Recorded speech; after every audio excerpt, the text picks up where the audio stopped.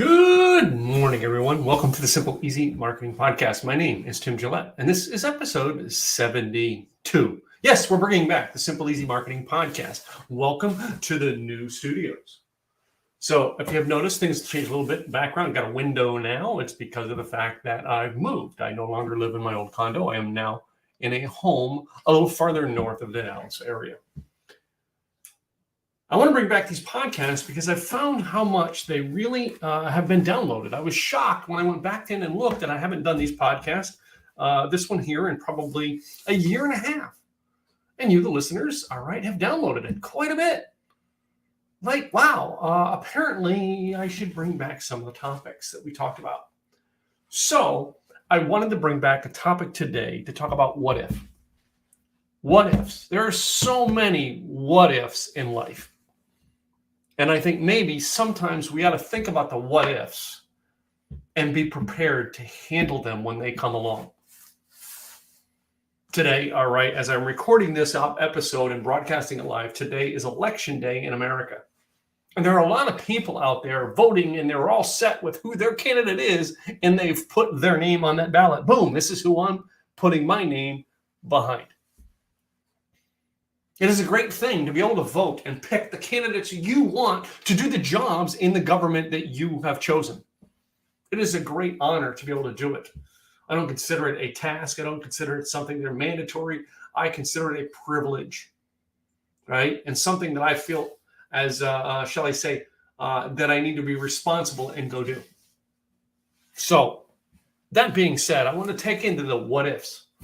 Because I've seen an awful lot of political stuff on social media where people are talking about their candidate and how they need to get rid of the other candidate, or how they need to be better than the other candidate, how they need to replace them, all right? Or in some cases, all right, there's an open seat and two people are fighting for it because of the fact that the person who was there before has said, that's it, I'm done. But what if? What if, all right, because literally of all the races that are being run in it right now, there is going to be a winner and there is going to be a loser. Period. There is no way that both people are going to get the job. That's just a fact. Well, in life, there's winning and losing. We seem to want to hide it. We always want to talk about in business about being win-win. You want to actually, you want to make it so I win and you win. It doesn't always work out that way. And we need to prepare for the what ifs when it doesn't. Because here's the truth. You right now have a plan. You're actually pushing forward that plan. You're doing things. You're making moves. And the fact that you know you're going to be someplace in 3 months, 6 months, 1 year, 5 years, 2 years. But what if something fails? Are you prepared for that? I always love quoting my good friend Larry Broughton, who said that, you know what I mean, no plan survives contact with the enemy. I always loved that one, Larry. I always thought that was a great one. All right. And, there's a lot of people who say there's nothing like a B plan, all right, when your A plan doesn't work out. But there's a lot of confident people out there who are, shall I say, the elections have shown it to me, all right, with social media. The confidence is not confidence. It's, I want to skate this and go, it's arrogance. They believe they are so right that they will believe any lie about their opponent to prove they're right. What if? So what if, let's put this as a what if. What if your candidate loses today? What are you going to do? What if the person you wanted to be, governor, senator, congressman, there's a million out there, right? What if they don't get the job? And you are stuck for the next 4 years, 2 years, 6 years, whatever it is, all right, with that person that you don't like. How are you going to handle it? A couple years ago, I was sitting on the presidential election. I was sitting in Los Angeles, California, the day after the election happened. And I sat with 3 friends, specifically 3 friends that I'm going to talk about. one friend who talked about the election because their candidate lost, and they had a fear of certain things happening because their candidate lost. And they phrased it in such a way that made me go, have you ever been outside the United States? Because I've only been outside the United States twice in my life, but I know for the fact that what they were fearing in life was really not a fear, because of the way our country is built and all the rights and the things we have as citizens. We're all great in this country because we weren't like some other countries that are third world, that are really behind the times, that are really, really abusive to this, that, and the other thing. The second candidate, or the second person that I was talking to, their candidate also lost. They were the same things as the first person. The second person said, well, I just don't get how people can listen to that candidate and get that. How do they do that? I don't understand. And they were in tears and they were worried and they're like, oh my God, the world's ending. And I reminded that person, in 4 years, the process comes up again. It's only 4 years. And you get to elect again. And the good part is there are people out there who voted for it that like that. Which brings me to the third person I talked with at that event. This person is someone who I do business with on a regular basis. And again, I'm not mentioning any names in these specifically because I'm using the example of them. This person was proud and arrogant about the fact that their candidate won, and they wanted to rub it in everybody's face, and they wanted to use things like, what, you're afraid of leadership because this person's a leader and that one's not. And I was like, dude, not the time. Not the time. You're in a room that's 50-50. The conference we were attending, about 50% of the people were on one side of the political realm and the other 50 were on the other side of the realm. It's not time to stand there and arrogantly blast them and say, what, you're afraid of this? This candidate is my candidate. No, it's wrong. I never did tell people, of all those three people that I talked to, I never told any one of those three whether my candidate won or lost. Because it didn't matter. I voted. The results came out. I accepted the results. And I'm still not going to tell you which one of my candidates won or lost. Because I accepted the results, which what we're here talking about today is the what if. You need to accept the results that come down today. You may like them. You may not like them. Will there be cheating? I don't know. I know that I had to go up to that polling place.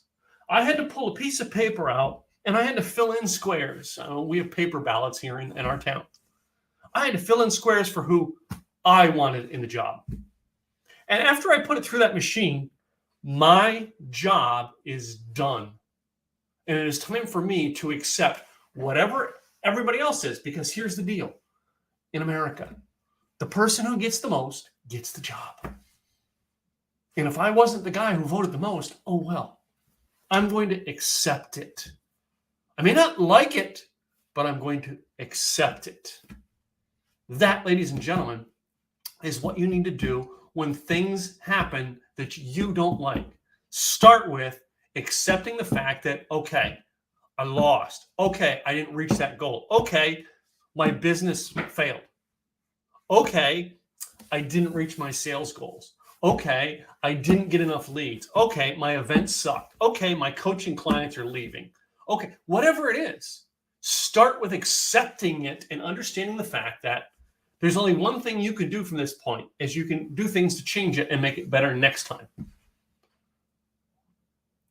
I remember the 2011, 11 plus years ago now. The Dallas Mavericks, our favorite basketball team, as you can't tell. All right, Mr. Dirk up there. Yep, see Mr. Dirk. Won the NBA championship. And they beat a team that there was people who actually went, there was a whole thing at the time where several star players went to the other team because they wanted to win a championship. And those players lost.